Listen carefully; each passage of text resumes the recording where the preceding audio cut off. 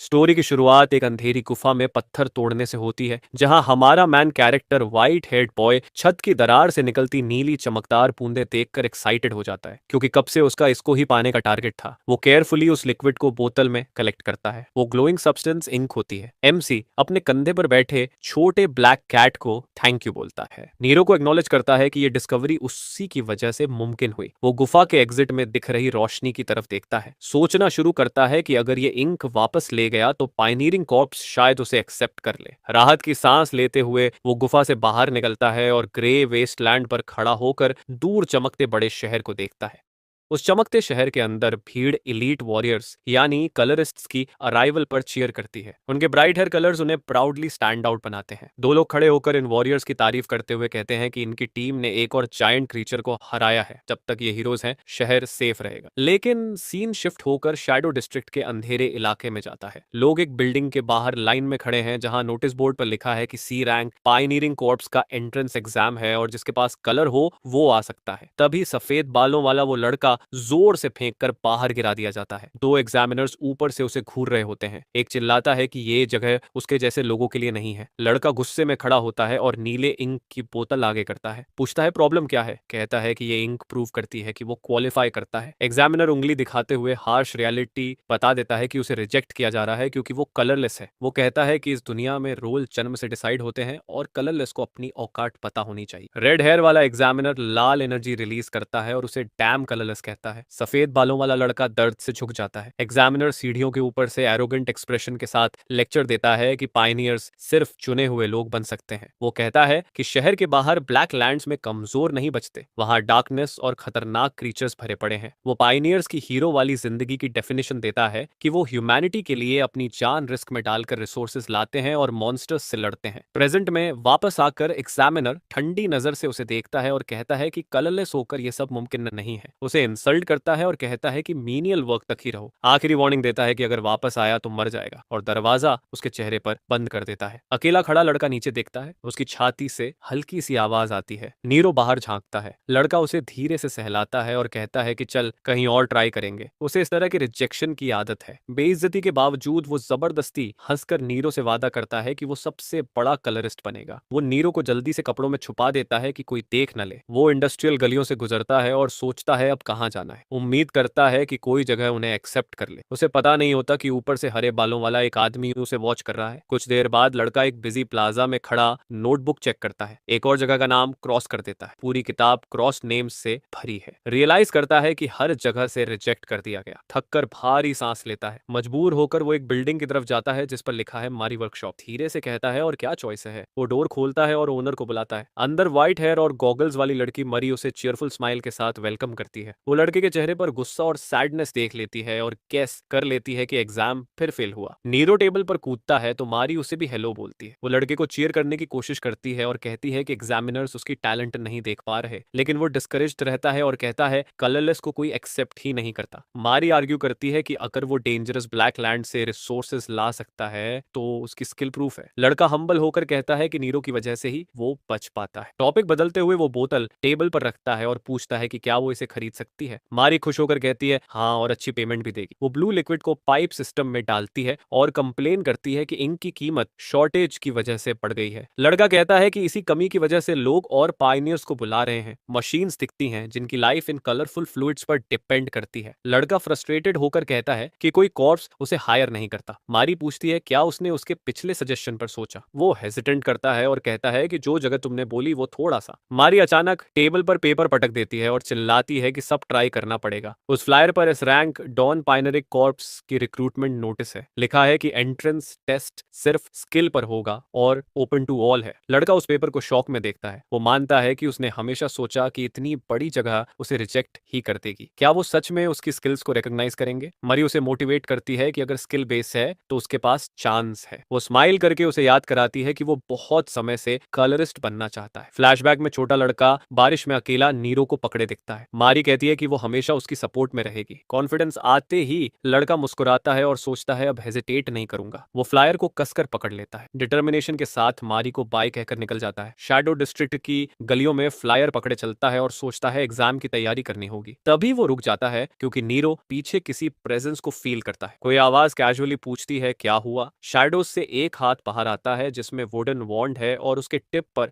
Glowing green ऑर्ब है। Green hair वाला आदमी जो उसे स्पाई कर रहा था वॉन्ड सीधे उस पर एम करता है। एक मैजिकल क्रॉस हेयर उसकी बैक पर लॉक हो जाता है। बिना देर किए वो ग्रीन एनर्जी की ब्लेड फायर करता है। लड़का शॉक में पलटता है लेकिन स्लो पड़ जाता है। ब्लास्ट उसे जोर से लगता है और वो चीखता हुआ गिर जाता है। ग्रीन हेयर वाला आदमी और उसका असिस्टेंट उसके ऊपर खड़े होते हैं। अटैकर मजाक उड़ाता है कि सीधा शॉट तो मिस कर गया लेकिन वैसे भी तू मरने वाला ही है। खून से लथपथ लड़का हिल भी नहीं पाता। अटैकर ठंडी आवाज में कहता है कि कलरलेस की डेथ से किसी को फर्क नहीं पड़ता। लड़का अपनी आखिरी ताकत से नीरो को भागने को कहता है। सीन शिफ्ट होता है इंडस्ट्रियल एरिया में जहां इंक्वेस्ट डिस्पोजल साइट की वार्निंग लगी है। लड़का होश में आता है तो ग्रीन हेयर वाला आदमी उसकी कॉलर पकड़कर उसे काले स्लज के ऊपर लटका रहा होता है। वो कहता है कि तेरी बैड लक देख जीवित ही फेंका जाएगा। वो समझाता है कि इस पिट में इंक्वेस्ट है जो सब डिसॉल्व कर देता है। कोई बॉडी नहीं बचेगी। लड़का डरकर पूछता है कि तुम कौन हो और मुझ पर अटैक क्यों किया। ग्रीन हेयर वाला आदमी बताता है कि वो और उसका साथी पहले उसे स्पाई कर रहे थे। फ्लैशबैक दिखती है कि वो लड़के की वजह से नहीं बल्कि उसकी जैकेट में छुपे क्रिएचर की वजह से एक्साइटेड थे। वो कहता है कि ऐसा क्रिएचर जो ह्यूमन के साथ चलता है बड़ी डिस्कवरी है। वो नीरो को रैरिटी बोलते हुए लड़के की गर्दन और कस लेता है। पीछे उसका असिस्टेंट एक केज दिखाता है जिसमें नीरो फंसा रो रहा है। लड़का हॉरर में देखता है और समझ जाता है कि उसका साथी पकड़ लिया गया है। वो अटैकर का कॉलर पकड़कर चिल्लाता है कि कैट को छोड़ दो। अटैकर उसे पैथेटिक बोलकर उसकी गुस्से की खिल्ली उड़ाता है और उसकी आंखों में ग्रीड चमकती है। वो समझाता है कि ये क्रीचर एक कलरलेस ओनर के लिए बहुत वैल्यूएबल है और इसे ब्लैक मार्केट में ह्यूज रकम में बेचा जाएगा। वो आसानी से बॉय को ओवर पावर कर देता है। उसकी गर्दन दबाते हुए उसे हवा में उठा लेता है और मजाक उड़ाते हुए बोलता है कि ये पेट तेरे लिए ज्यादा अच्छा है। जैसे ही वो हेल्पलेस लटकता है प्रोटैगनिस्ट खुद को डांटता है कि शैडो डिस्ट्रिक्ट में केयरलेस कैसे हो गया। वो अपने अकेले पास्ट को याद करता है। सोचता है कि डिस्क्रिमिनेशन तो हमेशा झेली है लेकिन वो कभी भी नीरो को लूज नहीं करेगा जो उसकी ओनली फैमिली है। फ्यूरी के साथ वो उस आदमी को वार्न करता है कि उसके साथ पंगा मत लेना और अटैकर की बाह को जोर से पकड़ लेता है। ग्रीन हेयर्ड आदमी एकदम रुक जाता है। उसे कुछ अजीब सा लगता है। उसकी एरोगेंस एक झटके में शॉक में बदल जाती है जब एनर्जी उसके चेहरे के आसपास क्रैकल होने लगती है। अटैकर से एक ग्रीन ऑरा स्वर्ल होती हुई प्रोटैगनिस्ट के हाथों में बहने लगती है। वो आदमी पैनिक में चिल्लाता है जैसे उसके शरीर से कुछ फोर्सफुली खींचा जा रहा हो। अननोन सेंसेशन से डरकर वो केक को जोर से झटक देता है और पीछे टॉक्सिक इंक वेस्ट वाले बड़े टैंक में फेंक देता है। अटैकर इस एनकाउंटर को बस टाइम वेस्ट बोलकर छोड़ देता है। वहीं नीरो अपने केज में जोर जोर से रोता है। विलन्स डिक्लेयर करते हैं कि अब वो रिच बन गए और ब्लैक मार्केट की तरफ निकल जाते हैं कैट के आंसुओं को इग्नोर करते हुए। ब्लैक लिक्विड के अंदर गहराई में प्रोटैगनिस्ट लाइट को फेड होते देखता है। नीरो की दूर होती आवाजें सुनते हुए वो स्विम करने की कोशिश करता है लेकिन बॉडी एकदम पैरालाइज्ड है। उसकी आंखों के सामने पूरी लाइफ फ्लैश होती है। वो सोचता है क्या उसकी स्टोरी यही डार्क पिट में खत्म हो जाएगी। तभी उसे अपनी यंगर सेल्फ की विजन दिखाई देती है जो नीरो को पकड़कर रो रहा है। वो समझ जाता है कि वो हार नहीं मान सकता। उसे अपना वादा पूरा करना है। एक अंधेरे वॉइड में एक मिस्टीरियस वॉइस उससे पूछती है कि वो कुछ करता क्यों नहीं। प्रोटैगनिस्ट कंफ्यूज्ड होकर पूछता है तुम कौन हो। उसके सामने बड़े अक्षरों में लिखावट चमकती है कि उसे एक्सेप्ट करना होगा। हजारों थॉट्स उसके माइंड में गिरते हैं उसे नीरो को बचाने और अपना रियल कलर एक्सेप्ट करने के लिए मजबूर करते हुए। उसका चेहरा शैडो में छिप जाता है और वॉइस डिमांड करती है कि वो अपना पावर वापस ले। ब्लैक लिक्विड के वॉर्टेक्स से एक हाथ निकलता है। प्रोटैगनिस्ट एकदम स्टिल खड़ा है। उसके ऊपर से डार्कनेस का एक टेंड्रिल गायब हो जाता है। वो अपने हाथों को देखता है। अब वो ब्लैक एनर्जी से घिरे हुए हैं। वो कंफ्यूज है कि वो इंक के अंदर कैसे था। मेमोरीज टूटी हुई हैं पर वो सब साइड में रखकर सिर्फ इंपॉर्टेंट बात सोचता है। अब वो एक शैडो सिलुएट है विद ग्लोइंग व्हाइट आईज। वो फील करता है कि वो आखिर बन क्या गया। एक हल्की विम्परिंग आवाज आती है। उसका ध्यान ऊपर जाता है। दो ब्लरी फिगर्स एक ऊंचाई पर खड़े हैं हाथ में छोटी केज लिए। नीरो अंदर से रो रहा है। अपने साथी को देखकर प्रोटैगनिस्ट वापस रियलिटी में आ जाता है और कॉन्फिडेंटली सोचता है कि उसे नीरो को बचाना ही है। वो डार्कनेस वाला हाथ उनकी तरफ बढ़ाता है। अचानक नीचे से ब्लैक एनर्जी का विशाल फव्वारा इरप्ट होता है। ग्रीन हेयर्ड आदमी और उसका असिस्टेंट डर से पीछे हटते हैं चीखते हुए। वो नीचे पिट में देखते हैं और शॉक में रह जाते हैं कि डेडली इंक पूल गायब है और नीचे केवल एक अकेला डार्क फिगर खड़ा है। एंटिटी एक डरावनी ऑरा फैलाते हुए ऊपर चल रहा है। ग्रीन हेयर आदमी कांपते हुए उसकी तरफ देखता रहता है। एक विशाल शैडो क्लॉ उन पर गिरती है और वो डर के मारे बोल नहीं पाता कि क्या ये कोई क्रीचर है। एक्सप्लोजन के बाद शैडो डिस्ट्रिक्ट पूरी तरह तबाह है। एक बूढ़ा आदमी पुलिस ऑफिसर पर चिल्ला रहा रहा है कि उसने एक छोटा सा हाथ अचानक निकलते देखा था जिसने डार्क एनर्जी का बड़ा ब्लास्ट किया और पूरा एरिया उजाड़ दिया। डस्ट सेटल होने पर मेडिक्स उन दोनों अटैकर्स की बेहोश बॉडीज उठाकर ले जाते हैं। एक नई दुनिया के लोग पहुंचते हैं। रेड हेयर वाला आदमी और ब्लू हेयर वाली औरत नीचे घायल पड़े अटैकर्स को देखते हैं और नोट करते हैं कि इन बी रैंक पायोनियर्स का कलर पूरी तरह गायब है। ब्लू हेयर वाली औरत शॉक्ड है कि कलर कैसे ड्रेन हो सकता है, पर उसका साथी कहता है कि मिशन पर ध्यान दो। रेड हेयर्ड आदमी बताता है कि वो यहाँ इसलिए आए क्योंकि सिटी में एक बड़े क्रीचर की रिपोर्ट मिली थी। पुलिस ऑफिसर डरते हुए पूछता है कि इतने high rank colourist shadow district में क्यों आए हैं। ब्लू हेयर औरत पॉलिटली बताती है कि वो बस इन्वेस्टिगेशन के लिए है। रेड हेयर आदमी इम्पैक्ट साइट देखने को बोलता है और ऑफिसर उन्हें ले जाता है। दोनों इन्वेस्टिगेटर्स मैसिव क्रेटर के सामने खड़े होते हैं। रेड हेयर्ड आदमी डेब्री चेक करता है और डार्क स्टेन्स नोट करता है। उसकी पार्टनर कंफर्म करती है कि क्रीचर के ट्रेसेस मौजूद हैं। वो बताती है कि ऐसा बहुत रेयर है कि कोई क्रीचर सिटी के अंदर अचानक आ जाए, वो भी आउटस्कर्ट्स में। आमतौर पर छोटे एनिमल्स मिलते हैं सिटी वॉल्स के अंदर। पिट में देखते हुए रेड हेयर्ड आदमी सोचता है शायद ये कोई नए टाइप का मॉन्स्टर वेरिएंट है। वो बोर्ड दिखता है पर सीरियस रहता है, समझते हुए कि इसे ट्रैक करना मुश्किल होगा क्योंकि ये यूजुअल पैटर्न से अलग है। सीन कट होती है एक डिजर्टेड जगह पर जहां रबल भरा है। अंधेरे में एक कैट रोती है। के दर्द से कराहते हुए शैडोज में लेटा है। उसे एक रफ जीभ फील होती है और वो देखता है कि नीरो उसके बाल चाट रहा है। वो खुश होकर नीरो को कसकर गले लगा लेता है। नीरो सेफ है ये सोचकर वो इमोशनल हो जाता है, लेकिन दर्द उसे हिट करता है और वो कराहता है। वो बैठकर कंफ्यूज होकर याद करने की कोशिश करता है कि क्या हुआ। उसे याद आता है वो गंदे लोग जिन्होंने अटैक किया था और उसे टैंक में फेंक दिया था। टॉक्सिक डार्क लिक्विड में डूबना याद करते ही उसकी आंखें शॉक में फैल जाती हैं। वो अपने हाथों को ऊपर उठाकर डिसबिलीफ में देखता है। उसे लगता है जैसे कुछ इम्पॉसिबल हो गया हो। वो अपना सिर छूता है और कुछ अलग फील करता है। उसकी पहले व्हाइट हेयर अब प्योर ब्लैक हो चुकी है। के अपने नए ब्लैक बाल कसकर पकड़ता है, एकदम कंफ्यूज्ड कि वो जिंदा कैसे है और उसकी अपीयरेंस इतनी ड्रास्टिकली कैसे बदल गई। प्योर डार्क में खड़े के को कुछ दिखाई नहीं देता।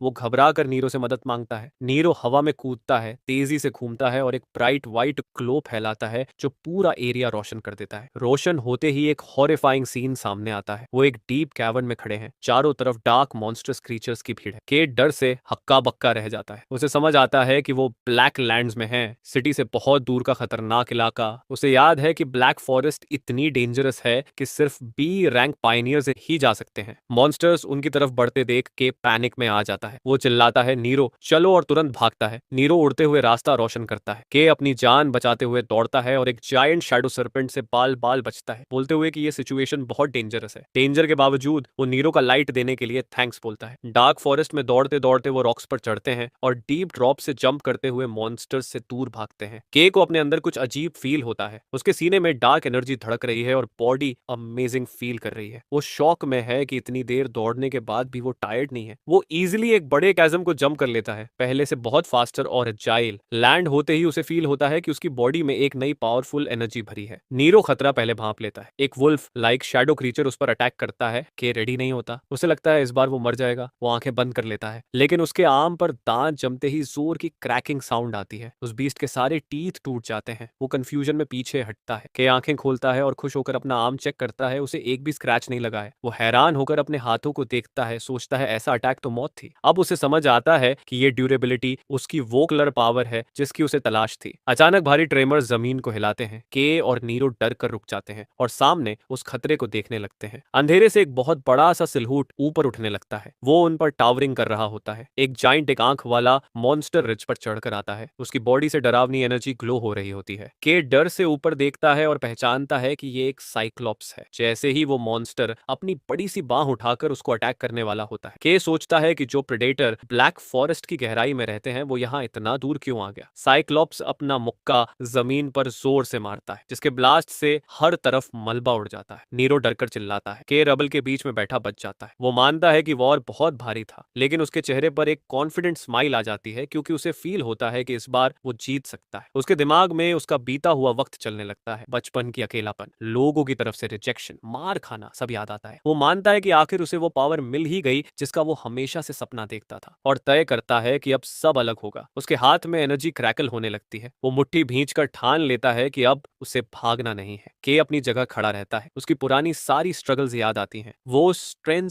पावर को फील करता है जो उसके अंदर से उठ रही होती। अचानक उसका पूरा शरीर शैडो से ढक जाता है। वो प्योर डार्क एनर्जी में बदल जाता है जिसकी आंखें सफेद चमक रही होती हैं। साइक्लोप्स गुस्से में दहाड़कर अपना बड़ा हाथ बढ़ाता है उसे कुचलने के लिए, लेकिन के जमीन से ही एक जोरदार जंप लेता है। हवा में उड़ते हुए वो वार करने को तैयार हो जाता है। वो इतना जोरदार पंच मारता है कि जायंट मॉन्स्टर पूरी तरह से चकनाचूर हो जाता है। इस पंच की ताकत से एक बड़ा शॉक वेव निकलता है जो पूरे लैंडस्केप को हिला देता है और पेड़ों के बीच रास्ता साफ कर देता है। के हवा में उड़ता है, उसके चारों तरफ मॉन्स्टर के टूटे हुए पार्ट्स उड़ रहे होते हैं। वो कुछ देर तक अपनी ट्रांसफॉर्म्ड स्टेट में रहता है, फिर उसकी आंखें बड़ी हो जाती हैं क्योंकि उसे कुछ चेंज होता फील होता है। डार्क एनर्जी अचानक गायब होने लगती है और वो खुद को ब्राइट सन के नीचे खूबसूरत लैंडस्केप के ऊपर हवा में तैरता हुआ पाता है। वो नीचे देखता है, हरी भरी फॉरेस्ट और वाटरफॉल को देखकर हैरान रह जाता है। नेचर की इतनी ब्राइट कलर्स उसे कभी नहीं दिखी। जैसे ही पावर आई थी वैसे ही अचानक चली जाती है। उसके बाल वापस सफेद हो जाते हैं। वो नीचे कंफ्यूज्ड होकर देखता है, फिर उसे समझ आता है कि ग्रेविटी उसे नीचे खींच रही है और वो कुछ नहीं कर पा रहा। डरते हुए वो तेज चीखता है, पूरा कंट्रोल खोकर वो नीचे गिरता है और जोर से जंगल में जा गिरता है। के मलबे के बीच से खुद को बाहर निकालता है। नीरो उसके ऊपर मंडरा रहा होता है। के घुटनों पर गिरकर सांस लेने की कोशिश करता है। उसकी बॉडी को ढक रही डार्क एनर्जी स्मोक की तरह उड़ने लगती है। वो डर जाता है क्योंकि उसकी कलर तेजी से फेड हो रही है। पैनिक में उसे समझ आता है कि इस नई पावर का बड़ा ड्रॉबैक है, जितना ज्यादा वो इस पावर को यूज करेगा उतनी तेजी से उसकी एनर्जी खत्म होगी और आखिर में वो बिल्कुल डिफेंसलेस हो जाएगा। अचानक उसके चारों तरफ अंधेरा छा जाता है। एक मिस्टीरियस वॉइस उसके दिमाग में गूंजती है, पूछती है कि वो किसका इंतजार कर रहा है। वो आवाज उसे कमांड देती है कि शिकार उसके सामने पड़ा है, जल्दी से उसे खा ले। के साइक्लोप्स के बिखरे हुए हिस्सों को देखता है। वो आवाज उसे मैनिपुलेट करती है, पूछती है क्या वो जीना चाहता है। बस अपना हाथ बढ़ाओ। थका हुआ के होश में रहने की कोशिश करता है। उसके चेहरे पर डेस्परेशन साफ दिखती है। आवाज चिल्लाती रहती है कि हाथ इस्तेमाल करो। उसकी आंखों में हल्की सी ग्लो आती है। वो अपनी जान बचाने की कोशिश में कांपते हुए अपना हाथ आगे बढ़ाता है। के अपना हाथ साइक्लोप्स की लाश पर रख देता है। तुरंत एक डार्क टेक्निक एक्टिवेट होती है और वो मॉन्स्टर के शरीर में बची सारी शैडो एनर्जी अब्सॉर्ब करने लगता है। नीरो ये सब देखकर डर से आंखें फाड़ देता है। एक ह्यूज काला लाइट बीम आसमान तक उठ जाती है। के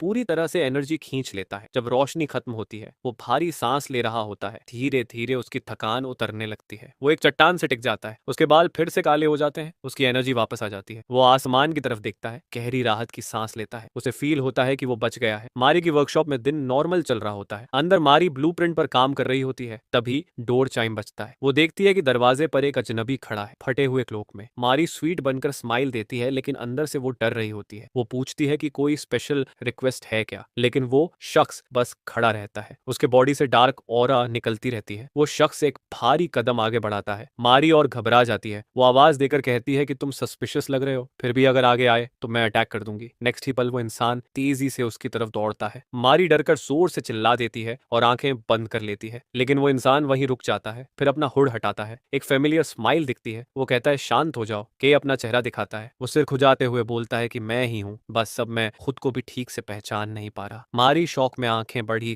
कर लेती है। वो अटक अटक कर बोलती है, समझ नहीं पा रही कि उसका चेहरा इतना कैसे बदल गया। बाहर तक उसकी चीख सुनाई देती है। वो चिल्लाकर पूछती है कि उसकी शक्ल को क्या हो गया। मारी हाथ में पाइप लेकर कांप रही होती है। फिर उसका डर गुस्से में बदल जाता है। वो हथौड़ा और रेंच उठा लेती है और चिल्लाती है कि जिसने उसे चोट पहुंचाई वो सबको नहीं छोड़ेगी। वो टूल्स घुमाते हुए कहती है कि उनके सिर फोड़ दूंगी। के उसे शांत कराने की कोशिश करता है, कहता है कि वो ठीक है। आखिर में मारी रेंच नीचे रखती है, कहती है कि वो डर की वजह से ओवर रिएक्ट कर गई क्योंकि के से कांटेक्ट टूट गया था। फिर उसकी एक्सप्रेशन सॉफ्ट हो जाती है। वो स्माइल करके बोलती है कि वो खुश है कि के सेफ है। के उसके चिंता करने पर सॉरी बोलता है। के सोचता है कि टॉक्सिक इंक में गिरकर बच जाना और फिर कलर मिल जाना ये सब कितना अविश्वसनीय है। वो मैरी को अपनी चिंता बताता है, कहता है कि उसका नया कलर ब्लैक है जो मॉन्स्टर से जुड़ा होता है। शायद लोग उसे गलत नजर से देखें, लेकिन वो तुरंत उस सोच को हटा देता है। कहता है कि मायने ये रखता है कि अब उसे सच में कलरिस्ट बनने का मौका मिला है। वो कहता है कि वो सीधे पायोनियरिंग कोर के एंट्रेंस एग्जाम में जाएगा और मारी का धन्यवाद करता है। फिर शर्माते हुए पूछता है कि क्या वो उससे कुछ कपड़े उधार ले सकता है, वो बाद में लौटा देगा। मारी चिढ़कर पूछती है कि कितनी बार बेग करेगा, फिर भी वो स्माइल करती है, कहती है इसे फ्यूचर कलरिस्ट के लिए इन्वेस्टमेंट समझ ले। फिर अचानक के का हाथ पकड़ डिढ़ाकर उसे खींचती है, कहती है चलो मेरे पास तुम्हारे लिए परफेक्ट चीजें हैं। सीन बदलता है। एक बिल्डिंग के सामने कई लोग सीढ़ियां चढ़ते हुए जा रहे होते हैं। एस्पिरेंट्स अपने पायनियरिंग एग्जाम के लिए इकट्ठे हुए हैं। अंदर फ्लोर पर बड़े बड़े सफेद स्क्वायर्स बने होते हैं। सैकड़ों पार्टिसिपेंट्स तैयारी में लगे होते हैं। भीड़ में 3 लोग बात कर रहे होते हैं। ब्लू हेयर वाला नंबर 183 अपने टेंशन में दोस्त को काम करने की कोशिश करता है। पिंकिश हेयर वाला बोलता है कि यकीन नहीं होता वो यहाँ तक पहुंच गए। टॉन पायनियरिंग कॉर्प्स का टेस्ट टेस्ट देने वाले हैं। ये S rank group dangerous black lands explore करता है, स्किल्ड कलरिस्ट से भरा होता है जिन्हें शाइनिंग सिटी की उम्मीद माना जाता है। लेकिन कैंडिडेट्स परेशान हैं क्योंकि बहुत स्ट्रॉन्ग राइवल्स आए हैं। वो टर्कोइज हेयर वाली एक लड़की को देखते हैं जो एक फेमस कलर फैमिली की बेटी मानी जाती है। उसके साथ बीनी पहने एक लड़का खड़ा है। फिर वो पिंक हेयर और गॉगल्स वाले लड़के को देखते हैं और गैस मास्क पहने एक आदमी को भी। लेकिन उनके मुताबिक सबका ध्यान एक बंदे पर है। वो एक लड़के की तरफ देखते हैं जिसकी मेसी ग्रीन हेयर और फियर्स आईज है। ये गेल है, गेल सोर्ड। लोग मानते हैं कि इसका पास होना ऑलमोस्ट फिक्स है। रूमर है कि वो अकेले डेंजरस क्रीचर्स से लड़ सकता है, लेकिन वो अपनी क्रूअल्टी और वायलेंट नेचर की वजह से बदनाम भी है। इसी वजह से उसे अपने पुराने कोर से बाहर निकाल दिया गया था। ब्लू हेयर वाला एक 183 हंसकर कहता है कि उसे गेल जैसे लोगों से डर नहीं लगता। अचानक एक काली सी शैडो उसके ऊपर गिरती है। पीछे से गेल सीधे उस घमंडी मैन के पीछे आकर खड़ा हो जाता है। उसे चैलेंज करता है कि दोबारा बोल कर दिखा। नीले बालों वाला मैन डर के मारे जम जाता है। गेल उन्हें ऊपर से घूर कर कंटेम्प्ट में बोलता है कि ये लोग कितने रिडिकुलस ब्रैट्स हैं। गेल डिसअपॉइंटमेंट में सांस छोड़ते हुए आगे बढ़ जाता है। वो कंप्लेन करता है कि एस रैंक एग्जाम होने के बावजूद कंपटीशन कितना लो है। पार्टिसिपेंट्स को देखते हुए वो मन ही मन सबको क्रॉस कर देता है। सोचता है कि इनमें एक भी स्टैंड आउट नहीं है। तभी उसकी नजर एक एक्सेप्शन पर अटकती है, टर्कोइज बालों वाली लड़की। वो उसे पहचान लेता है कि वो एली कैयन है, साइन फैमिली की सेकंड डॉटर। कैल हल्का स्माइल करता है, मानते हुए कि कम से कम वो नोटिस करने लायक तो है। भीड़ की तरफ हाथ बढ़ाते हुए अपने इमेजिन में वो सोचता है कि आने वाले टेस्ट पर सबकी क्या रिएक्शन होगी। तभी एक मैकेनिकल स्पीकर क्रैकल होता है, कैंडिडेट्स को अटेंशन देने के लिए बुलाता है। गेल और एली स्टेज की तरफ मुड़ते हैं जहां वॉइस अनाउंस करती है कि डॉन पायनियरिंग कॉर्प्स का एंट्रेंस एग्जाम ऑफिशियली शुरू हो रहा है। ब्राइट ब्लॉन्ड बालों और येलो आईज वाला एक मैन पोडियम पर खड़ा होकर अनाउंस करता है कि टेस्ट अभी स्टार्ट होता है। भीड़ गास्प करती है, पहचानते हुए कि एग्जामिनर डॉन पायनियरिंग कॉर्प्स का फेमस कलरिस्ट है। कैंडिडेट्स एक्साइटेड विस्पर करते हैं उसे उस हीरो के रूप में पहचान कर जिसने हाल ही में क्रीचर हंट में ह्यूज कॉन्ट्रीब्यूशंस दिए थे। उन्हें एहसास होता है कि अगर ऐसा एलीट कलरिस्ट आया है तो कोर इस रिक्रूटमेंट को बहुत सीरियस ले रहा है। कैंडिडेट्स उसके अंदर से आती ओवरवेलमिंग प्रेजेंस को फील करते हैं, समझते हुए कि एस रैंक कोर मेंबर्स बिल्कुल अलग लेवल के होते हैं। एग्जामिनर भीड़ की तरफ नीचे देखता है और उनका स्वागत करता है। वो सबका थैंक यू करता है कि उन्होंने अप्लाई किया, मानते हुए कि हर किसी के अपने गोल्स होंगे, मनी, पावर, ऑनर या ड्यूटी। पर वो ठंडे लहजे में कहता है कि असल में इन कारणों की कोई इंपॉर्टेंस नहीं है। उसकी आंखें ग्लो करती हैं। एग्जामिनर समझाता है कि आखिर में सिर्फ स्किल ही किसी को कुछ हासिल करने देती है। वो डिक्लेयर करता है कि वो ऐसे ओवरवेलमिंगली स्ट्रॉन्ग कैंडिडेट्स ढूंढ रहे हैं जो ब्लैक लैंड्स में जाकर ह्यूमैनिटी की टेरिटरी वापस ले सके। वो उन्हें अपने आसपास देखने को कहता है, बोलते हुए कि मीडियोक्रे लोग यहाँ नीडेड नहीं हैं और वो तुरंत शुरू करेंगे। वो जमीन पर बने स्क्वायर प्लेटफॉर्म्स की तरफ इशारा करता है, अनाउंस करते हुए कि पहला टेस्ट एक टूर्नामेंट होगा। वो समझाता है कि कॉम्बैट एबिलिटी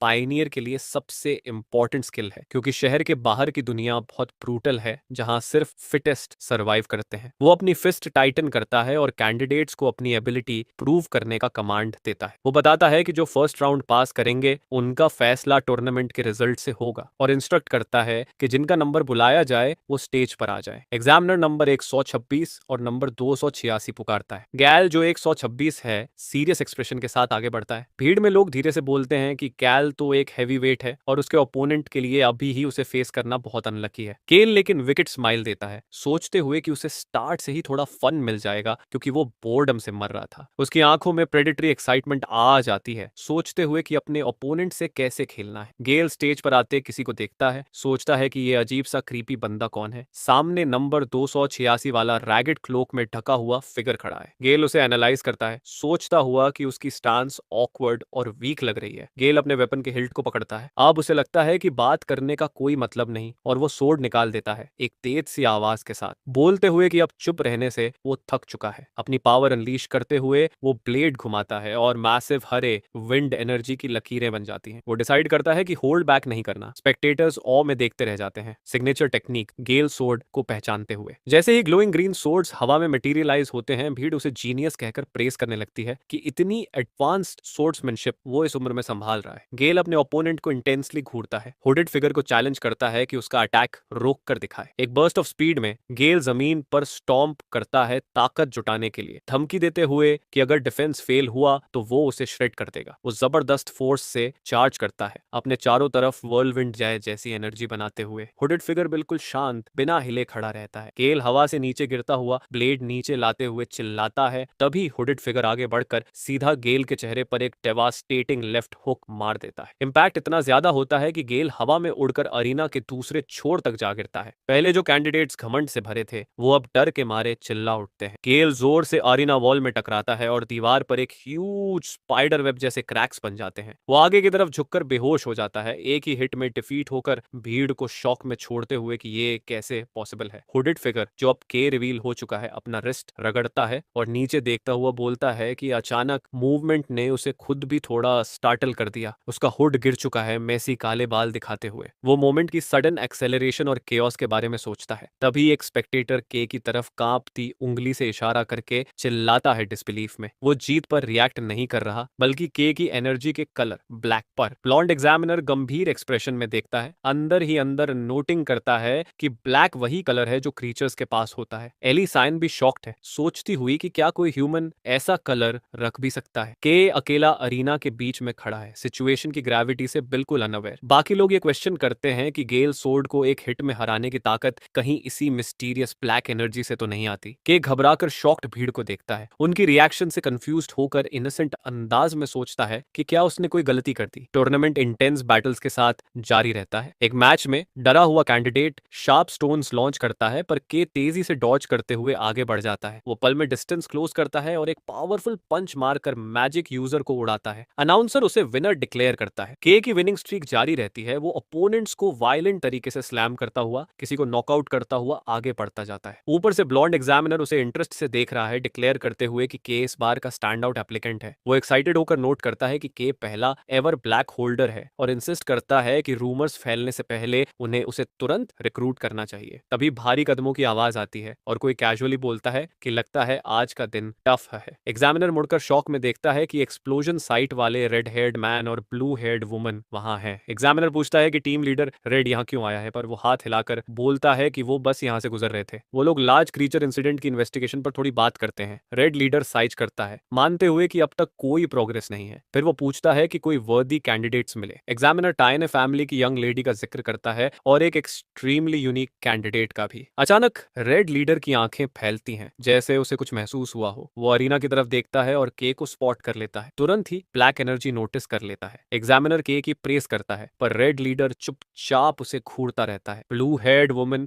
धीरे से अपने लीडर से पूछती है कि क्या ये किड उनकी इन्वेस्टिगेशन से जुड़ा है। रेड लीडर कंफर्म करता है कि शायद वही है। अंदर ही अंदर वो सोचता है कि शैडो डिस्ट्रिक्ट वाले इंसिडेंट के तुरंत बाद एक नया कलर का अपीयर होना बहुत बड़ी कोइंसिडेंस नहीं हो सकता। वो डिसाइड करता है कि के पर नजर रखनी होगी। के जो देखे जा रहा है ये नहीं जानता, अपनी मुट्ठी देखता है जिसमें डार्क एनर्जी से धुआं उठ रहा है। वो अपनी इनक्रेडिबल पावर से एक्साइटेड है, समझते हुए कि पायनियर बनना अब फाइनली पॉसिबल है। पर उसे याद आ जाता है कि ट्रांसफॉर्मेशन से बॉडी पर कितना असर पड़ा था और खुद को वार्न करता है कि उसे सावधान रहना होगा। वो जानता है कि अगर उसने इस पावर को ओवर यूज किया और फाइट के बीच में अपना कलर खो दिया तो वो बिल्कुल डिफेंसलेस हो जाएगा। तभी अरीना से मैसिव फ्रीजिंग एनर्जी निकलती है, एक आइस की दीवार बनाते हुए। एली केएन शांत खड़ी है ठंडी मिस्ट के बीच। अनाउंसर नंबर 17 को विनर डिक्लेयर करता है, बताते हुए कि एली ने अपने ओपोनेंट को पूरी सॉलिड आइस में बंद कर दिया है। स्पेक्टेटर्स के समेत ओवन जोरो में देखते हैं, बोलते हुए कि टाइन फैमिली का कलर हमेशा इंप्रेसिव होता है। एली जैसे ही सीढ़ियां उतरती है, के उसे देखते हुए सोचता है कि कोई इतनी ओवरवेलमिंग मैजिक को कैसे हरा पाएगा। तभी एली चलते चलते के पास रुकती है, उसे सीधे शार्प और क्यूरियस नजरों से देखती है। उसकी नीली आंखें सस्पिशियस अंदाज में सिकुड़ जाती हैं, जैसे वो उसे रीड करने की कोशिश कर रही हो। बिना कुछ बोले वो मुड़कर आगे चल देती है, के को कंफ्यूज्ड छोड़ते हुए। अनाउंसर बोलता है फर्स्ट एग्जाम कंक्लूड हो चुका है। ब्लॉन्ड एग्जामिनर पोडियम पर खड़ा होकर सबका हार्ड वर्क के लिए थैंक यू करता है। वो बताता है कि वो शेड्यूल से पीछे हैं, इसलिए सीधे नेक्स्ट टेक टेस्ट पर जाएंगे। वो फेल्ड कैंडिडेट्स को बाहर जाने को कहता है और वो लोग उदास होकर चले जाते हैं। ब्लॉन्ड एग्जामिनर अगला टेस्ट अनाउंस करना शुरू ही करता है कि तभी कोई उसके कंधे पर हाथ रखकर उसे रोक देता है। लाल बालों वाला मैन कॉन्फिडेंट स्माइल के साथ आगे बढ़ता है और पूरी कमांड अपने हाथ में ले लेता है। वो बचे हुए कैंडिडेट्स को देखता है और अनाउंस करता है कि सेकंड एग्जाम वो खुद लीड करेगा। कैंडिडेट्स शॉक में ऊपर देखते हैं, समझ जाते हैं कि उनके सामने कौन खड़ा है। कलरिस्ट रेड, वो द शाइनिंग सिटी के सबसे स्ट्रॉन्ग कलरिस्ट्स में से एक है, जो ब्लैक लैंड्स को वापस लेने के लिए फेमस है। पर कैंडिडेट्स डरे हुए हैं क्योंकि उन्हें वो रूमर्स याद हैं कि उसकी डिस्ट्रक्टिव पावर इतनी इंटेंस है कि उसके एलाइज भी उसके साथ काम करने से हिचकते हैं और जब वो एग्जाम हैंडल करता है तो कोई पास नहीं होता। ब्लॉन्ड एग्जामिनर घबरा कर कलरिस्ट रेड को देखता है, पूछता है कि क्या वो श्योर है, वार्निंग देते हुए कि कैप्टन उसे एग्जाम फॉर्मेट बदलने पर डांटेगा। रेड हंसकर बोलता है कि उसे तो रोज ही ऑन नैग किया जाता है। वो अनाउंस करता है कि टेस्ट सिंपल है और भीड़ को बस एंड्योर करने को कहता है। तभी उसका पूरा बॉडी मैसिव फ्लेम्स में एक्सप्लोड कर जाता है। आग की एक हग वेव कैंडिडेट्स की तरफ बढ़ती है और हर एक के चारों तरफ अलग अलग स्फेरिकल बैरियर्स बनकर उन्हें ट्रैप कर लेती है। कैंडिडेट्स पैनिक करते हैं क्योंकि इंटेंस हीट उन्हें पूरी तरह घेर लेती है। रेड समझाता है कि उसने एक खास रीजन का एनवायरनमेंट रिक्रिएट किया है और यहाँ टेम्परेचर काफी हाई हो जाएगा। वो बताता है कि ब्लैक लैंड्स एक्सट्रीम एनवायरनमेंट से भरे हैं जहाँ ह्यूमंस मुश्किल से सरवाइव कर पाते हैं। वो करंट टेस्ट को छोटा दिखाते हुए कहता है कि ये हीट तो बस एक वार्म स्टोव जैसी है। गंभीर एक्सप्रेशन के साथ रेड फिर दोहराता है कि अगर वो एंड्योर कर गए तो पास है, पर उसकी आंखें ठंडी हो जाती हैं जब वो कहता है कि जो इस हीट को सह नहीं पाए उनके पास पायनियर बनने की क्वालिफिकेशन कभी थी ही नहीं। फायर स्फीयर्स के अंदर कैंडिडेट्स बुरी तरह सफर कर रहे हैं। एक मैन रियलाइजेस करता है कि बैरियर पर एक खरोंच तक नहीं आ रही। बाकी एगनी में चिल्ला रहे हैं और डर में सोचते हैं कि अगर ये माइल्ड है तो ब्लैक लैंड्स आखिर किस तरह की हेल होगी। साइड से देखते हुए ब्लॉन्ड एग्जामिनर नोट करता है कि रूमर्स के बावजूद रेड की स्किल्स बिल्कुल कमजोर नहीं हुई। वो रेड की अनबिलीवेबल कंट्रोल से प्रभावित है। देखता है कि उसने कितने लोगों को एक साथ कवर कर लिया। वो मानता है कि ये पावर पीक लेवल वालों से ही एक्सपेक्ट की जाती है। तभी अचानक हवा में एक तेज क्रैकिंग साउंड गूंजती है। रेड और उसकी असिस्टेंट देखते हैं कि एक फायर बैरियर नीला पड़कर टूट रहा है। आइस एनर्जी की एक मैसिव लहर फटती है, पूरी फायर स्फीयर को चकनाचूर करते हुए। आइस के टूटते टुकड़ों के बीच एली कियोन सीधे खड़ी है, बैरियर तोड़कर बाहर आ चुकी है। रेड उसे देखता है, मानते हुए कि ये काफी इंप्रेसिव है। वो सोचता है कि कायन फैमिली की पावर आग का नेचुरल काउंटर है, लेकिन उसकी पावर इतनी स्ट्रांग होती है कि आमतौर पर वो इस एडवांटेज को दबा देता है। यंग वुमन को देखते हुए रेड कंक्लूड करता है कि वो शायद वाकई एक रियल प्रोडिजी कहलाने लायक है। रेड सोचता है उस दूसरे कैंडिडेट के बारे में जिसमें वो लोग इंटरेस्टेड थे। उसकी फायर स्फीयर के अंदर के खड़ा हुआ लगता है। रेड उसे ऑब्जर्व करता है, नोटिंग करता है कि लड़की की तरह वो ब्रेक थ्रू नहीं कर रहा। वो मान लेता है कि उसने उससे ज्यादा उम्मीद नहीं रखी थी, लेकिन बैरियर के अंदर के पैनिक में है, अंदर ही अंदर चिल्ला रहा है कि वो बड़ी मुसीबत में है। उसे एहसास होता है कि गैल स्वॉर्ड वाली फाइट में उसने अपनी कलर पावर बहुत ज्यादा यूज कर ली थी। वो डर में अपने हाथ को देखता है, नोट करता है कि उसकी ब्लैक एनर्जी लीक हो रही है और हीट में जल्दी ड्रेन हो रही है। के इमेजिन करता है कि अगर उसकी पावर खत्म हो गई तो क्या होगा। वो जानता है कि अगर वो कलरलेस रिवील हुआ तो उस पर एक्सपेरिमेंट्स किए जाएंगे। डेस्परेट होकर वो फ्रैंटिक अंदाज में कोई सोल्यूशन ढूंढता है, सोचता है कि क्या वो कुछ अब्सॉर्ब करके अपनी एनर्जी रिप्लेनिश कर सकता है। उसकी नजर इंटेंस आग की दीवार पर जाती है। अचानक उसे एहसास होता है बैरियर कलर एबिलिटी से बना है, तो क्या वो इसे अब्सॉर्ब कर सकता है। वो अपने हाथ की तरफ देखता है, मानते हुए कि उसे अपने अब्सॉर्प्शन पावर की लिमिट्स नहीं पता। सोचे बिना ही वो डिसाइड करता है कि वक्त नहीं है और उसे ट्राई करना ही होगा। वो हाथ बढ़ाकर घूमती हुई आग की दीवार को छू लेता है। फौरन एक वायलेंट रिएक्शन होता है और के शॉक में है कि सीधा एब्सॉर्प्शन काम कर रहा है। फायर बैरियर मुड़ने और ट्विस्ट होने लगता है, आसपास के कैंडिडेट्स का ध्यान खींचते हो। के से एक मैसिव ब्लैक एनर्जी वॉर्टेक्स फूटता है जो लाल आग को उसकी हथेली में खींच लेता है। पोडियम से रेड और ब्लॉन्ड एग्जामिनर स्टन्ड होकर नीचे देखते रह जाते हैं, समझ ही नहीं पाते कि वो क्या देख रहे हैं। रेड नर्वस होकर पसीना पोंछता है, मुश्किल से हंसते हुए बोलता है कि उन्हें एक रियल लूनेटिक मिल गया है। अरीना में के डिसिपेटिंग एनर्जी के बीच खड़ा है, उसकी हथेलियों के चारों तरफ लाल और काली ऑरा घूम रही है, उसे खौफनाक पावर से भरपूर दिखाते हुए। पूरा अरीना भारी साइलेंस में डूब जाता है, पर अंदर से के फिर पैनिक में है। वो जबरदस्ती स्माइल करता है, सोचता है कि यह सब प्लान के हिसाब से नहीं हुआ। उसे रिग्रेट होता है कि उसने गलती से बहुत ज्यादा अटेंशन खींच। एली केयन वहीं जमी हुई खड़ी है, सोचती हुई कि क्या वो हेलुसिनेट कर रही है। डार्क एनर्जी में लिपटे उस लड़के को देखते हुए वो सोचती है कि क्या ब्लैक ऐसा कलर है जो कोई ह्यूमन रख सकता है। ये अनप्रेसिडेंटेड देखकर उसके अंदर एंग्जाइटी उठती है। बेस्ट बनने के लिए मिली दबाव की यादें उसके दिमाग में आती हैं और वो मानने पर मजबूर हो जाती है कि के अनडिनायबली स्ट्रांग है। उसे एहसास होता है कि अपनी पूरी पावर के बावजूद वो जीत की गारंटी नहीं दे सकती। के दूर जाते हुए कदमों को देखते हुए एली सोचती है कि उसके अंदर कुछ ऐसा है जो सिर्फ स्ट्रेंथ से एक्सप्लेन नहीं किया जा सकता। वो मन ही मन पूछती है कि वो असल में है क्या। फिर वो जल्दी से अपना सिर हिलाती है, उन डिस्टर्बिंग थॉट्स को हटाने की कोशिश करती है। कलरिस्ट रेड के पास आता है और कैजुअली उसका कंधा पकड़कर बोलता है, नेक्स्ट टाइम ऐसा नहीं होगा। रेड मुस्कुराता है, कहता है कि उसकी ब्लैक एबिलिटी जो सब कुछ सक कर लेती है वो बहुत वाइल्ड थी और अब उसकी क्यूरियोसिटी रुक नहीं सकती। वो के को साथ ले जाता है, कहता है कि उसे उसकी प्राइवेसी प्रोटेक्ट करनी है और साथ साथ अपने सवालों का जवाब भी चाहिए। के नर्वस पसीना पोंछते हुए एग्जाम स्टेटस पूछता है। रेड उसे भरोसा दिलाता है कि ऐसी पावर के साथ वो ऑब्वियसली पास है। के स्टन्ड रह जाता है, समझता है कि इतनी अटेंशन लेना उसके काम आ गया। वो इमोशन में डूब जाता है, सोचता है कि पायनियर बनने का उसका ड्रीम आखिर पूरा हो गया। तभी ब्लंड एग्जामिनर चिल्लाता है कि रेड ने अपनी मनमानी की है। रेड हंसते हुए उसे कहता है कि बस इस बार इग्नोर कर दे एग्जाम ने।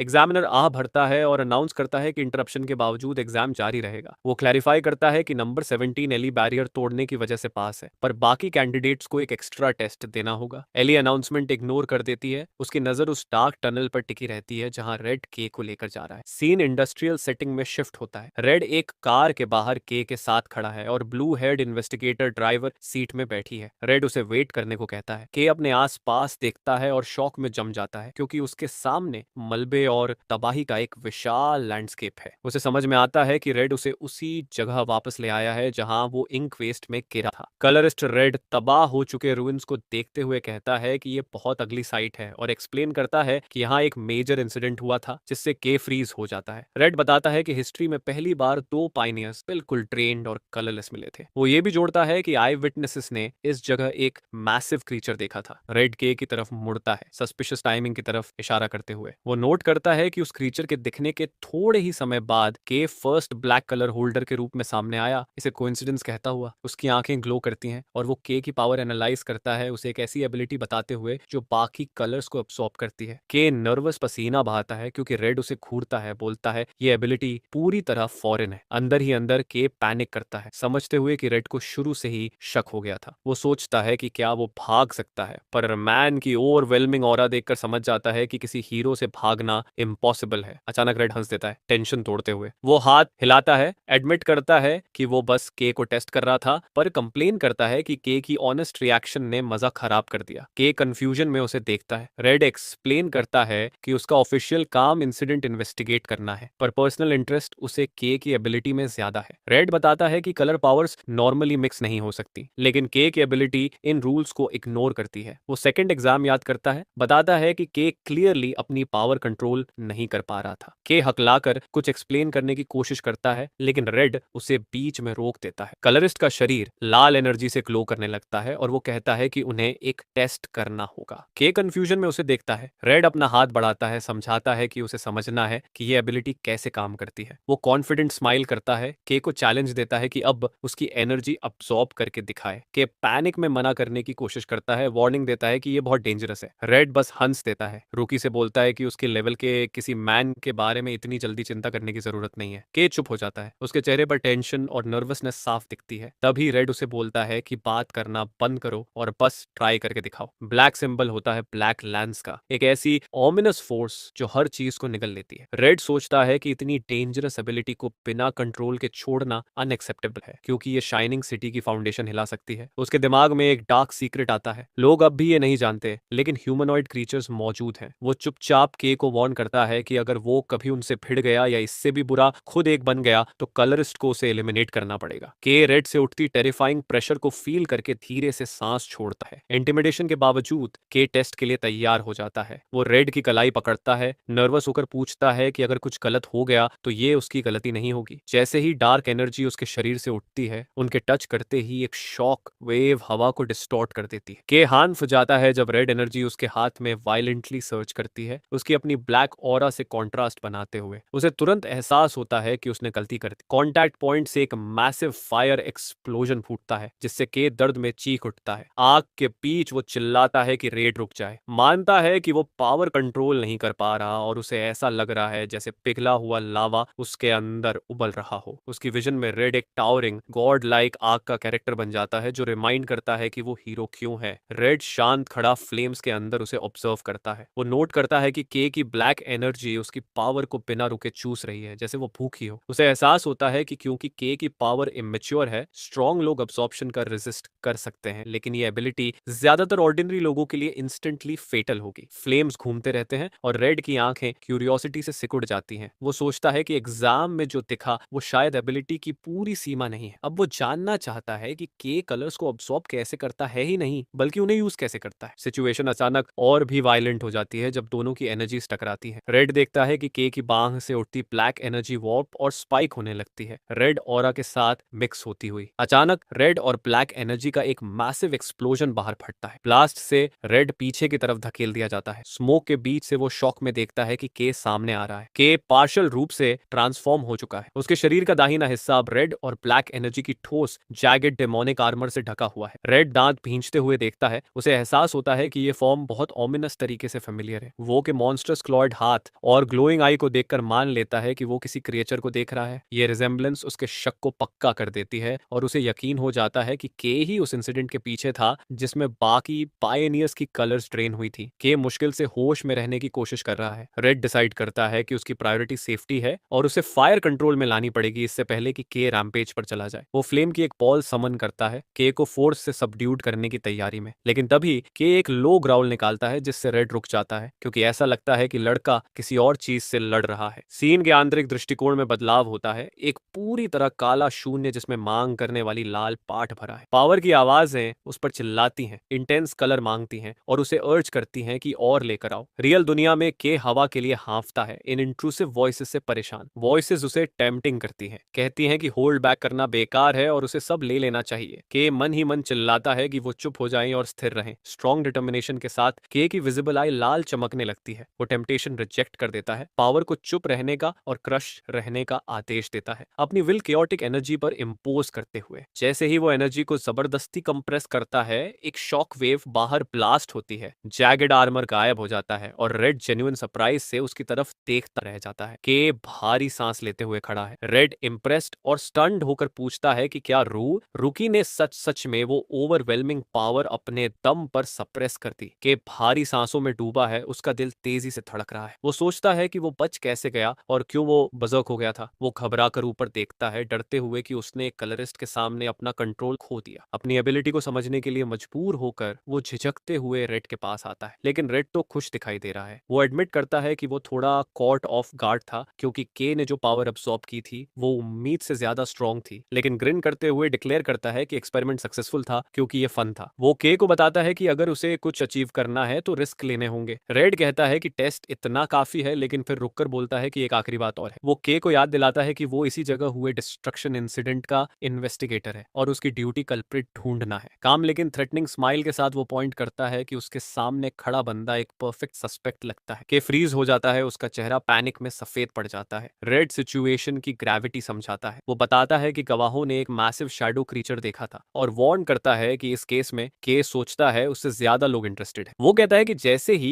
के की ब्लैक एबिलिटी के रूमर्स फैलेंगे, अथॉरिटीज के लिए उस पर ब्लेम डालना बहुत आसान हो जाएगा। वो रूइंड इंडस्ट्रियल डिस्ट्रिक्ट की ओर इशारा करता है, बताता है कि ये डैमेज हंड्रेड्स ऑफ मिलियंस का है। वो जोड़ता है कि अगर सिटी लीडरशिप डिसाइड कर ले कि ये बहुत डेंजरस है तो उसे बैनिश किया जा सकता है या लैब रेड बना दिया जाएगा। के फ्रस्ट्रेशन में दांत भींचता है। उसे समझ आता है कि वो फंस चुका है और अपनी बेगुनाही प्रूव करने का कोई तरीका नहीं। अचानक रेड एक लाइफलाइन देता है। वो सुझाव करता है कि अगर के उसके कमांड में आ जाए तो शायद वो कुछ कर पाए। के बिना एक सेकंड गनवाए 90 डिग्री झुककर जोर से बोलता है कि वो खुद को रेड की केयर में सौंपता है। रेड कहता है कि पहले पूरी कंडीशन सुन लो। वो साफ करता है कि वो सब कुछ मुफ्त में ठीक नहीं करेगा, बदले में के को उसे कुछ फेवर्स देने होंगे। वो पूछता है कि के को लगता है कि वो ये संभाल सकता है। के मजबूर कंपाती मुस्कान देता है। अंदर से वो चिल्लाता है कि मिलियंस चुकाने या साइंस एक्सपेरिमेंट बनने से तो कुछ भी बेहतर है। वो जोर से बोलता है कि वो रेड की हर जरूरत पूरी करेगा। उजाड़ बंजर जमीन में एक छोटा क्रीचर डरते हुए कांपता है। तभी एक बड़ा व्हील उसके बगल में गिरते गिरते बचता है जब एक हैवी वाहन गरजता हुआ गुजरता है। एक बड़ा आर्मर्ड ट्रांसपोर्ट ट्रक ब्लैकलैंड्स की धुंधली और रगेड टेरेन से गुजर रहा है। अंदर के खिड़की से बाहर देखता है, सोचता है कि वो पहली बार इतनी दूर आया है और क्या ये पायनियर बनने का उसका रियल पहला कदम है। तभी उसकी सोच गेल की आवाज से टूटती है। हरे बालों वाला मैन उसे घूरते हुए उसे ब्लैक हेड वन बुलाता है। गेल उसको रूड तरीके से बोलता है कि उसका डिस्ट्रैक्शन उसे इरिटेट कर रहा है और उसे चुप रहना चाहिए, जबकि के ने एक शब्द भी नहीं बोला। के उसे कंफ्यूज्ड एक्सप्रेशन से देखता है। ट्रांसपोर्ट बे में के ऑकवर्डली बैठा है। वो सोचता है कि पायनियर बनते ही शुरू करना वही था जो वो चाहता था, पर माहौल काफी टेंस है। वो फ्यूरियस गेल और साइलेंट एलिसाइन को देखकर सोचता है कि क्या इनके साथ सेम टीम होना सही फैसला है। फ्लैशबैक में पिछले दिन की बातचीत दिखती है। रेड एक सरप्राइज्ड के से पूछता है कि क्या वो एक्सप्लोरेशन के लिए तैयार है, समझाता है कि उसे अनचार्टेड एरिया के खास स्पॉट पर जाना होगा। के की नर्वस एक्सप्रेशन देखकर रेड हंसता है और कहता है कि चिंता मत करो। रेड उसे मैप दिखाता है, भरोसा दिलाता है कि वो अकेला नहीं होगा। वो समझाता है कि एग्जाम पास करने वाले नए रिक्रूट्स भी वहीं डिप्लॉय किए जाएंगे और ऑफिशियल रोड मैप जल्द अनाउंस होगा। के को बस समय पर लोकेशन पर पहुंचना है। प्रेजेंट में लौटकर के अपने टीममेट्स को देखता है, नोट करता है कि वे पहले से ही ट्रक में थे। ये रिवील होता है कि रेड की इंटरफेरेंस की वजह से पिछले एग्जाम को कॉम्प्रोमाइज माना गया, इसलिए पार्टिसिपेंट्स को एक और मौका दिया गया। कई स्किल्ड इंडिविजुअल्स गेल समेत स्ट्रिक्ट अतिरिक्त टेस्ट्स पास कर गए। वहीं एलिसाइन टॉप रैंक रूकी खुद अपनी रिक्वेस्ट पर रेड की टीम में शामिल हुई। कैल गैओ को इंटेंस रिसेंट से घूरता है। यकीन नहीं कर पाता कि वो किसी फोल से ह्यूमिलाइट हुआ। वो अपनी फाइट याद करता है, कन्विंस है कि वो सिर्फ इसलिए हारा क्योंकि उसने एक पल के लिए गार्ड गिरा दिया था, और कसम खाता है कि ये दोबारा नहीं होगा। वो के को धमकी देता है कि एक्सप्लोरेशन खत्म होने के बाद वो तैयार रहे। वो मटर करता है कि अगर रेवन उसके पीछे न होता तो के अब तक मर चुका होता। एली साइन कोल्डली उसे रोकती है, मॉक करते हुए कहती है कि गेल शायद फिर एक ही हिट में गिर जाएगा। गेल गुस्से में उसकी तरफ मुड़कर पूछता है कि उसने क्या कहा। एली उसे डिसमिस करती है, कहती है कि गेल का के से कोई मुकाबला नहीं। के एली को आश्चर्य और उम्मीद के साथ देखता है, सोचता है शायद एली कोई ऐसी मैन है जिससे वो रिलेट कर सकता है, पर एली अपनी ठंडी नजर के पर घुमा देती है, उसे कंफ्यूज करते हुए किसी पुराने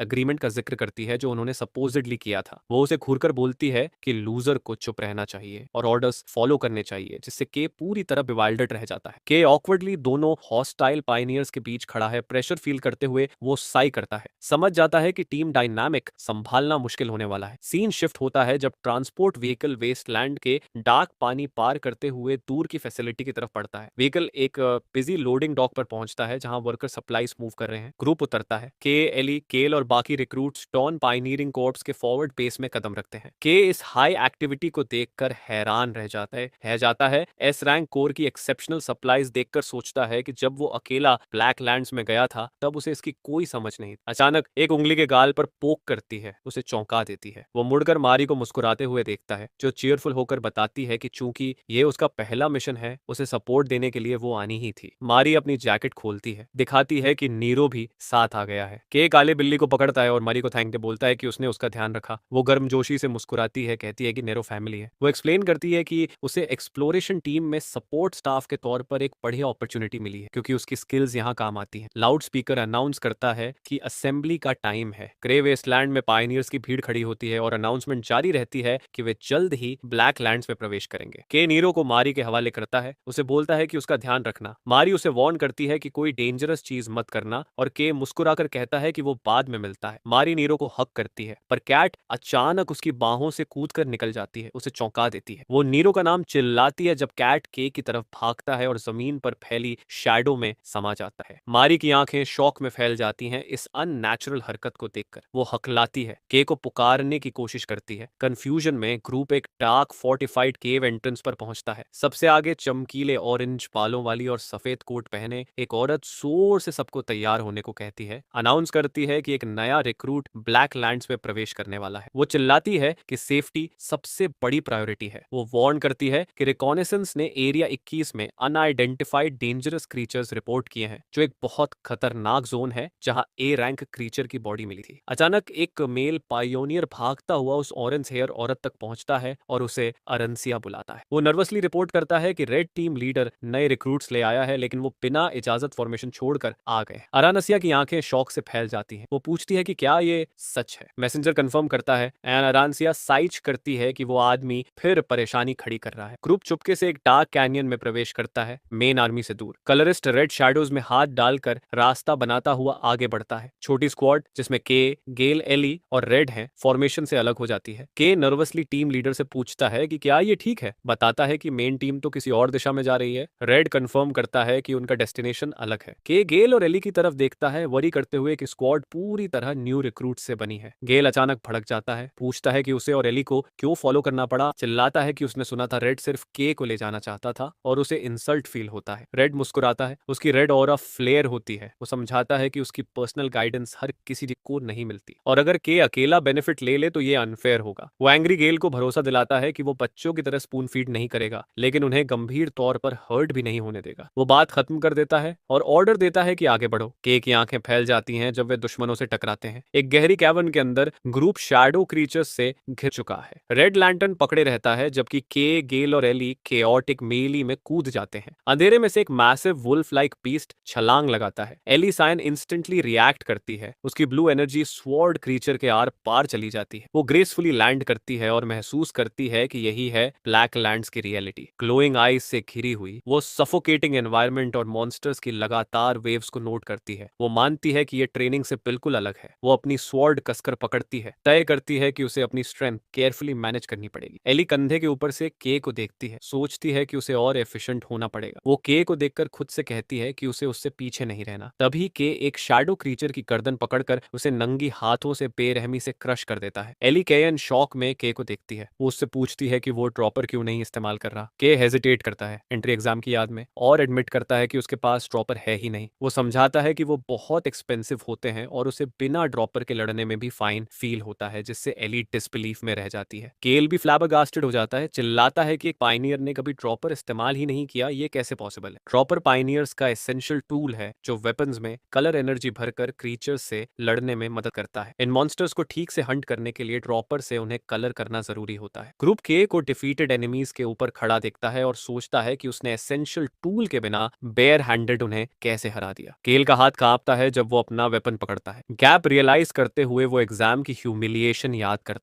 करता है कि वो उस इंसान को स्क्रैच तक नहीं कर पाया जो ड्रॉपर भी नहीं चला रहा था। केल फ्रस्ट्रेशन में दांत खींचता है। वो के की पीठ को घूरता है, कसम खाता है कि एक दिन वो के को अपने हाथों से क्रश करेगा। केव के और अंदर जाते हुए रेड लैंपन लेकर आगे बढ़ता है, जबकि गैल गुस्से से पीछे फॉलो करता है। रेड अपनी स्क्वाड को पीछे मुड़कर स्मर्क के साथ देखता है, सोचता है कि दो जीनियसेस को एक रुकी ने मोटिवेट कर दिया, ये देखना पूरा नहीं है। वो मुस्कुराता है, उसे लगता है चीजें अब और इंटरेस्टिंग होने वाली हैं। वो चेयरफुल होकर ग्रुप को थोड़ा और एफर्ट करने के लिए कहता है, बताता है कि वे ऑलमोस्ट पहुंच चुके हैं और सजेस्ट करता है कि जल्दी खत्म करो ताकि पार्टी कर सके। शैडो बीस्ट्स की लड़ाई के बाद वुल्फ लाइक क्रीचर्स की लाशें बिखरी पड़ी हैं। कलरिस्ट रेड 10 मिनट का ब्रेक देता है, लेकिन वॉर्न करता है कि असली मिशन अभी शुरू ही नहीं हुआ। केल साइक करता है, कंप्लेन करता है कि उसने काफी कलर एनर्जी खर्च कर डाली है। वो ग्लोइंग ग्रीन लिक्विड की एक छोटी बॉटल निकालता है। केल उसे पीता है और के समझ जाता है कि वो पर्सनल इंक है। ये specially refined alchemical ink pioneers के लिए जरूरी लेकिन रेयर सप्लाई है जो उनकी कलर रिस्टोर करती है। क्योंकि ये हर यूजर की यूनिक कलर के अनुसार बनाई जाती है, ये इंसेनली एक्सपेंसिव होती है। के एनवी से देखता है जब गेल और एली अपनी कस्टम इंक्स पीते हैं। विश करता है कि उसके पास भी इतना पैसा होता, लेकिन वो सोच हटाकर ग्रुप से अलग चला जाता है। वो डिफीटेड शैडो क्रीचर की लाश की तरफ हाथ बढ़ाता है। क्रीचर की बॉडी से मैसिव डार्क एनर्जी स्वर्ल उठता है जब के अपनी एबिलिटी एक्टिवेट करता है और शैडो को अपने हाथ में अब्सॉर्ब कर लेता है। ब्लैक एनर्जी उसके अंदर बहती है। के अपनी मुट्ठी कसता है, उसकी एनर्जी पूरी तरह रिस्टोर हो जाती है और वो अनाउंस करता है कि उसकी रिकवरी कंप्लीट है। वो अपने टीममेट्स की तरफ मुड़ता है जो उसे शॉक और डिसबिलीफ में घूर रहे हैं। एली हिचकिचाकर पूछती है कि क्या वो सच में ठीक है। के उनकी चिंता डिसमिस कर देता है, एक्सप्लेन करता है कि वो ये कुछ बार कर चुका है। गेल डिसबिलीफ में चिल्लाता है कि के ने बिना झिझके एक मॉन्स्टर अब्सॉर्ब कर लिया। इससे पहले वो कुछ और बोलते रेड इंटरप्ट कर देता है, डिक्लेयर करता है कि ब्रेक खत्म। ग्रुप कैनियन में और गहराई तक जाता है जब तक रेड अनाउंस करता है कि वे पहुंच गए हैं। टीम एक मैसिव स्वर्लिंग डोम देखती है जो प्योर ब्लैक एनर्जी से बना है और उनका रास्ता रोक रहा है। के घूरता है, मटर करता है कि ये किसी ब्लैक कर्टन जैसा लग रहा है। रेड के की स्टंट एक्सप्रेशन पर मुस्कुराता है और रिवील करता है कि इसी डार्क बैरियर की वजह से वो के को यहाँ लाया है। डेमोन्स्ट्रेट करने के लिए रेड एनर्जी की एक बॉल समन करता है और ब्लैक डोम पर पावरफुल बीम फेंकता है। अटैक सरफेस पर लगता है, लेकिन टूटने की बजाय एनर्जी तुरंत अंधेरे में निगल ली जाती है। रेड एक्सप्लेन करता है कि अगर कोई बैरियर को फोर्स से खोलने की कोशिश करता है तो ये पावर एब्सॉर्ब कर लेता है और भी टफ हो जाता है। वो नोट करता है कि ये के की एबिलिटी से काफी मिलता जुलता है, इसलिए उसका अंदाजा था कि के ही इसे इरेज कर सकता है। रेड डार्क वॉल की तरफ इशारा करके बताता है कि रूइंस का रास्ता इसके अंदर है। वो अनाउंस करता है कि उन रूइंस में उनका असली ऑब्जेक्टिव छिपा है, स्टेला फ्रैगमेंट। के शॉक में आंखें फैलाकर देखता है। बाकी रिक्रूट्स कंफ्यूज्ड हो जाते हैं। गेल पूछता है कि स्टेला क्या है और एली एडमिट करती है कि उसने इसका नाम कभी नहीं सुना। रेड भरोसा दिलाता है कि स्टेला एग्जिस्ट करती है और शाइनिंग सिटी उसे डेस्परेटली ढूंढ रही है। वो के की तरफ उंगली करता है, उसे ऑर्डर देता है कि वो उस कर्टन को हटाए। के उस ऊंची डार्क वॉल की तरफ आगे बढ़ता है। उसे छूते ही उसकी अब्सॉर्प्शन वाली एबिलिटी एक्टिवेट हो जाती है और बैरियर की ब्लैक एनर्जी उसकी हथेली में तेजी से फ्लो होने लगती है। एक बड़ा सा वॉर्टेक्स बन जाता है जब वो जाइंट डोम धीरे धीरे डिके में बदलने लगता है। रेड, गेल और एली देखते रहते हैं कैसे ये ऑब्स्टिकल खाया जा रहा है। रेड अमेजमेंट में मुस्कुराता है, खुश कि उसकी थ्योरी सही थी। बैरियर गायब होते ही वो के को बताता है कि उसकी पावर बहुत यूजफुल रहने वाली है, पर के खुश नहीं दिखता। वो पसीना बहा रहा है और कांप रहा है क्योंकि वो अभी अभी अब्सॉर्ब की हुई मैसिव एनर्जी को कंट्रोल करने में स्ट्रगल कर रहा है। अचानक जमीन जोर से हिलती है। गेल और एली पैनिक में आ जाते हैं क्योंकि ट्रेमर्स और स्ट्रॉन्ग हो रहे हैं। उन्हें एहसास होता है कि इतनी लाउड आवाज से डेंजरस क्रीचर्स की भीड़ खिंचकर आ जाएगी। कैनियन में के की एक्शन से उठी रंबल गूंजती रहती है। तभी क्लिफ से ब्लैक वुल्फ जैसे मॉन्स्टर्स की पूरी हॉर्ड बाहर निकल आती है। ग्रुप चारों तरफ से घिर जाता है। एली और गेल अपने वेपन्स निकाल लेते हैं जबकि रेड हंसते हुए बोलता है कि कितनी बड़ी भीड़ इकट्ठी हो गई है उनका वेलकम करने। रेड टीम को कमांड देता है कि क्रीचर्स को संभालो जबकि के कर्टन हटाने पर फोकस करे। टीम लीडर की कोल्ड एक्सप्रेशन वाली आवाज में ऑर्डर आता है कि हर मॉन्स्टर को वाइप आउट कर दो।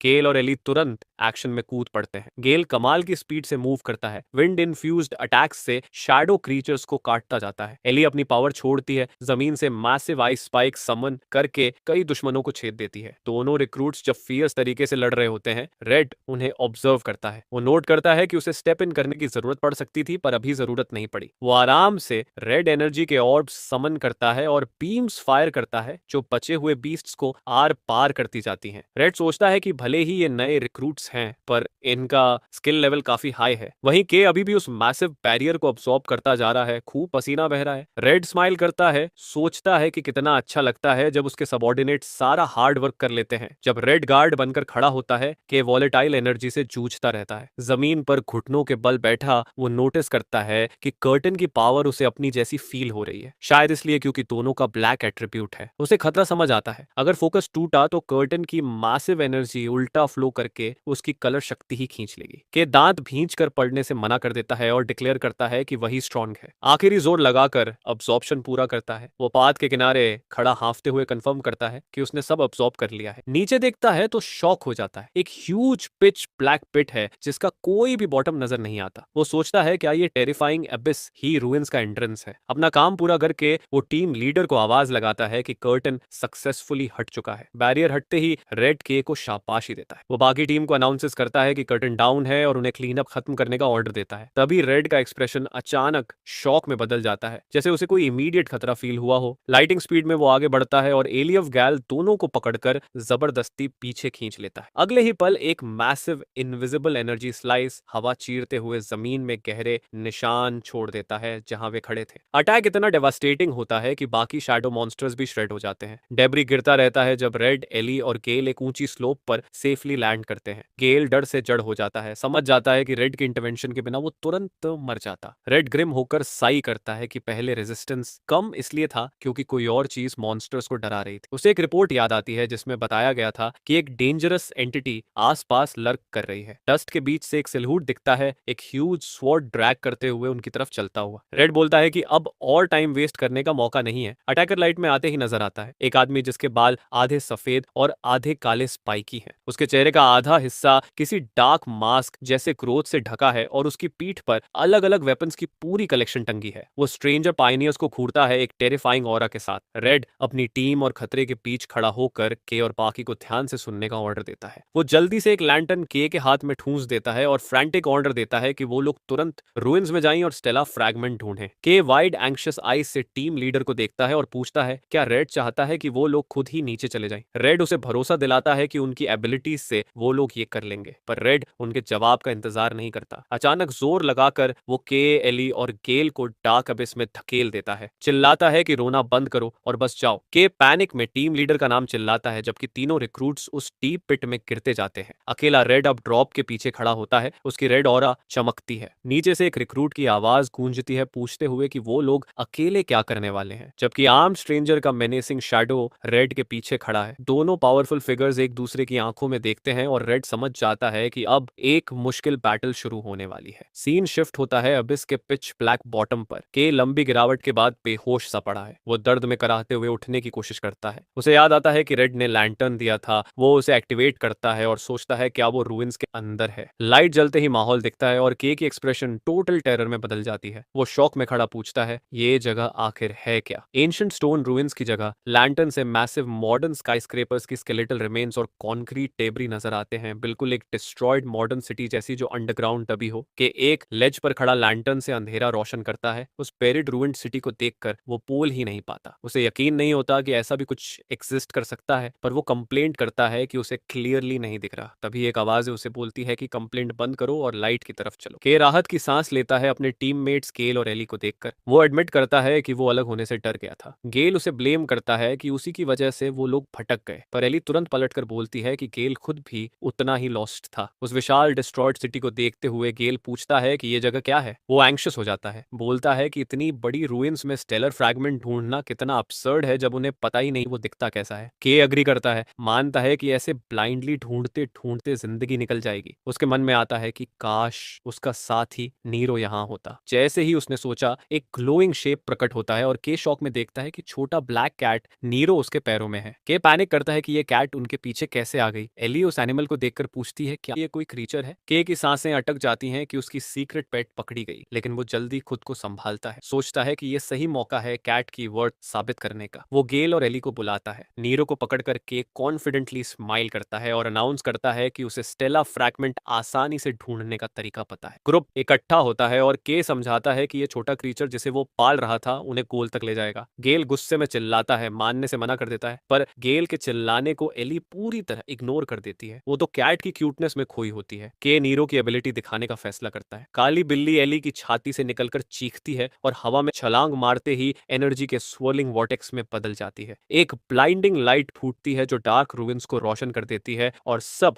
शॉक में रह जाते हैं। लाइट की बॉल आगे उड़ती है और एक रोशन पाथ बनाती है। तीनों पायनियर्स उसके पीछे चलते जाते हैं। चलते हुए गेल डिसबिलीफ में पूछता है कि कोई क्रीचर इतनी इंटेलिजेंस और स्पेशल एबिलिटी कैसे रख सकता है। वो जानना चाहता है कि के इसे कहां से लाया। के उसे इग्नोर करता है और ग्लोइंग कैट की मूवमेंट्स को इंटरप्रेट करता है। बताता है कि नीरो कह रहा है स्टेला फ्रैगमेंट वही है। अचानक क्रीचर एक ट्रेल नोटिस करता है और तेजी से आगे उड़ जाता है। लाइट ट्रेल उन्हें रूइंड सिटी से होकर एक मैसिव कंक्रीट स्ट्रक्चर तक ले आती है। एक डार्क टनल एंट्रेंस सामने है और के सोचता है कि उन्हें और कितना डीप जाना होगा। गेल उसे चिढ़ाता है कि क्या वो डर गया। के पलटकर जवाब देता है और डिक्लेयर करता है कि वो लोग अंदर जा रहे हैं। वे एक हग हाई सीलिंग कॉरिडोर से गुजरते हैं और ग्लोइंग कैट उनका रास्ता रोशन करता है। के रिमार्क करता है कि ये फैसिलिटी उसकी एक्सपेक्टेशन से कहीं ज्यादा बड़ी है। तभी उसे दिखता है कि नीरो एक बड़े मेटल डोर के सामने हवर कर रहा है और वो समझ जाता है कि इसे कुछ इंपॉर्टेंट मिल गया है। सन्नाटा एक भारी मैकेनिकल कदम की आवाज से टूट जाता है। के जड़ हो जाता है जब एक जाइंट मेटल पैर उनके बिल्कुल सामने आकर गिरता है। तीनों रिक्रूट्स ऊपर देखते हैं और उनके सामने एक टावरिंग जंग लगा हुआ ऑटोमेटन खड़ा होता है। कैल कंफ्यूज हो जाता है, नोटिस करता है कि ये उन बायोलॉजिकल क्रीचर्स से काफी अलग है जिनसे वो लोग यूजुअली लड़ते हैं। अचानक रोबोट एक स्कैनिंग बीम एक्टिवेट करता है और एलियस आयन पर लाइट की एक शीट घुमा देता है। मशीन उसकी डेटा प्रोसेस करती है और उसकी ब्राइट ब्लू कलर का हेक्स कोड शो करती है। फिर स्कैनर गेल की तरफ मूव होता है और उसका ग्रीन कलर कोड रजिस्टर करता है। आखिर में बीम के पर रुकती है और उसे एहसास होता है कि मशीन उनके कलर्स स्कैन करके आइडेंटिटी चेक कर रही है। स्कैन पूरा होते ही मशीन एब्सोल्यूट पिच ब्लैक का हेक्स कोड दिखाती है। जैसे ही ये डिटेक्ट होता है, रोबोट की आई और ज्यादा चमकने लगती है। वो अनाउंस करता है कि उसे ब्लैक विच का कलर मिल गया है और के को थ्रेट मानकर एलिमिनेशन शुरू करने की घोषणा करता है। के इस अजीब टाइटल से कंफ्यूज्ड होता है, लेकिन रिएक्ट करने से पहले ही रोबोट का डिवास्टेटिंग पंच उसे लग जाता है। वो दूर तक घिसटता है, दर्द से कराहता है, पर डायरेक्ट हिट ब्लॉक कर लेता है। वो गुस्से में मशीन को घूरता है और फ्रस्ट्रेशन में चिल्लाता है। के मशीन पर अटैक करने की ठान कर चिल्लाता है कि वो पीछे हटने वाले नहीं है। जायंट रोबोट अपना मैसिव फिस्ट उठाता है जैसे उन्हें खत्म कर देगा। के आगे बढ़ता है और उसका मुक्का रोबोट की मेटल आर्म से जोर से टकराता है। वो दर्द से पीछे हटता है, सोचता है इसकी आर्मर इतनी टफ क्यों है। केल कंफ्यूजन में देखता रहता है जब रोबोट एक और भारी पंच की तैयारी करता है। एली आगे बढ़कर अपनी रैपियर से मशीन पर वार करती है, लेकिन ब्लेड लगते ही स्पार्क्स उड़ते हैं। वो शॉक में रह जाती है कि उसने एक खरोंच तक नहीं छोड़ी। एली पैनिक में सोचती है कि क्या उसकी पावर मशीनों पर काम नहीं करती। उधर के ओपोनेंट को ध्यान से ऑब्जर्व करता है और उसके चेस्ट में ग्लोइंग को नोटिस करता है। अंदर लिक्विड घूम रहा होता है और के समझ जाता है कि यही वीक पॉइंट है। वो तेजी से दौड़कर एक शार्प लेफ्ट हुक मारता है, लेकिन रोबोट अचानक अनएक्सपेक्टेड स्पीड से रिएक्ट करता है और अपनी आर्म क्लब की तरह स्विंग करता है। के मुश्किल से उस हैवी ब्लो से बचता है। वो रिट्रीट करता है, फ्रस्ट्रेट हो जाता है कि उसके नॉर्मल अटैक्स बेकार जा रहे हैं। तभी उसे याद आता है जब उसका शरीर ब्लैक एनर्जी से कोट हुआ था और वो वही पावर यूज करने का फैसला तो करता है। उसे पता है कि पूरा ट्रांसफॉर्मेशन बहुत कलर कंज्यूम करता है, तो वो कॉम्प्रोमाइज करता है और सारी एनर्जी सिर्फ अपने राइट फिस्ट में कॉन्सेंट्रेट करता है, उसे डेंस ब्लैक ऑरा से कोट करते हुए। तैयारी पूरी होते ही के हवा में कूदता है और अपनी पूरी ताकत से एनहांस्ड फिस्ट स्विंग करता है। पंच सीधा रोबोट के चेस्ट में लगता है और उसके कोर को चकनाचूर और कर देता है। पंच की ताकत मशीन के अपर बॉडी को पूरी तरह उड़ा देती है। रोबोट का हेड दूर जाकर गिरता है और उसकी आई की लाइट फेड हो जाती है। के रेकेज के बीच खड़ा राहत की सांस लेता है और केल और एली बिना बोले उसे देखते रहते हैं। डेब्री के बीच के को एक राउंड ऑब्जेक्ट दिखता है और वो रोबोट का कोर उठाता है, सोचता है ये मरी को गिफ्ट देने के लिए परफेक्ट रहेगा। अचानक गेल चिल्लाते हुए के से पूछता है कि ये पावर क्या थी। वो और एली मिलकर उसे कॉर्नर कर लेते हैं और ढेर सारे सवाल करने लगते हैं। के नर्वस होकर उनके सवाल टाल देता है, कहता है ये टेक्निक उसकी कलर बहुत ज्यादा ट्रेन करती है। तभी उनके पीछे वाला बड़ा मेटल डोर धीरे धीरे स्लाइड होकर खुलने लगता है और अंदर से पिच ब्लैक वॉइड नजर आता है। अचानक नीरो अंधेरे से बाहर उड़ता है, पैनिक में रोता हुआ। कैटके के पास हवर करता है, डर से कांपता हुआ। के डार्क डोरवे की तरफ देखता है, उसे कुछ अजीब फील होता है। कैट की वार्निंग के बावजूद वो करीब करीब जाता है, बोलता है कि उसे अंदर कुछ दिख नहीं रहा। जैसे ही उसकी उंगलियां टच करती हैं, ब्लैक सरफेस पानी की तरह रिपल करती है। अचानक अंधेरा फटकर बाहर उछलता है। शैडो के मैसिव टेंड्रिल्स डोरवे से निकलकर पूरे ग्रुप को जकड़ लेते हैं। केल और एली चीखते हुए एंट्रेंस की तरफ खींचते चले जाते हैं, फोर्स के सामने बिल्कुल हेल्पलेस। तीनों ब्लैक वॉइड में खींच लिए जाते हैं। ग्रुप एक एंडलेस ब्लैक स्पेस में गिरता है और एक नए पिच ब्लैक एनवायरनमेंट में आकर टकराता है। कैल दर्द से कराहता है, गिरने और अंधेरे की शिकायत करता है। वो अपने हाथ उठाकर खुद को चेक करता है और फिर अचानक रुक जाता है। वो अपनी छाती की तरफ देखता है और शॉक में अपनी जैकेट पकड़ लेता है, क्योंकि उसकी कलर, वो ग्रीन जो उसकी पावर की पहचान थी, पूरी तरह गायब हो चुकी है और उसके शरीर पर सिर्फ ब्लैक एंड व्हाइट बचा। के और एली भी उसके पास खड़े उतने ही डर गए हैं। वे इस मोनोक्रोम रियलिटी में खड़े कंफ्यूज्ड और टेरिफाइड फील कर रहे हैं, सोच रहे हैं आखिर उनके साथ क्या हो गया है।